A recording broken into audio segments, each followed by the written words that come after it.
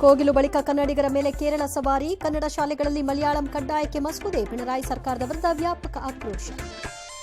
ಮಲಯಾಳಂ ವಿಚಾರದಲ್ಲಿ ಕೆಸಿವಿ ಮಧ್ಯಪ್ರವೇಶಿಸಲಿ, ಕನ್ನಡದ ನಿಲುವು ಪ್ರಕಟಿಸಿ ಎಂದ ಬಿಜೆಪಿ, ಕಾಸರಗೋಡು ಕನ್ನಡಿಗರು ಆತಂಕ, ಹೋರಾಟದ ಎಚ್ಚರಿಕೆ. ಬಳ್ಳಾರಿ ಗಲಭೆ ಕೇಸ್ ಮತ್ತೊಂದು ವಿಡಿಯೋ ಸಾಕ್ಷ್ಯ, ಗುಂಡಿ ತೋಡಿದ್ಯಾಕೆ, ಗ್ಯಾಸ್ನಿಂದ ಶವ ಸುಟ್ಟಿದ್ಯಾಕೆ, ಪ್ರಕರಣ ಸಿಐಡಿಗೆ ವಹಿಸಿ ಸರ್ಕಾರ ಆದೇಶ.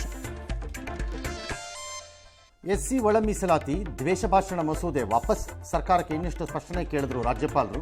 ಹುಬ್ಬಳ್ಳಿ ವಿವಸ್ತ್ರ ಕೇಸ್ ಸಿಐಡಿ ತನಿಖೆ ಸಾಧ್ಯತೆ.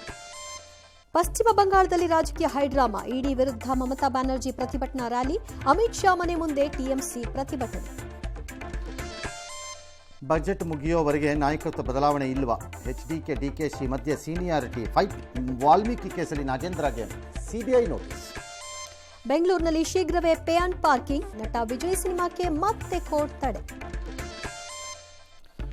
ಟ್ರಂಪ್ಗೆ ಮೋದಿ ಕರೆ ಮಾಡದಿದ್ದಕ್ಕೆ ವ್ಯಾಪಾರ ಒಪ್ಪಂದ ಆಗಿಲ್ವಂತೆ.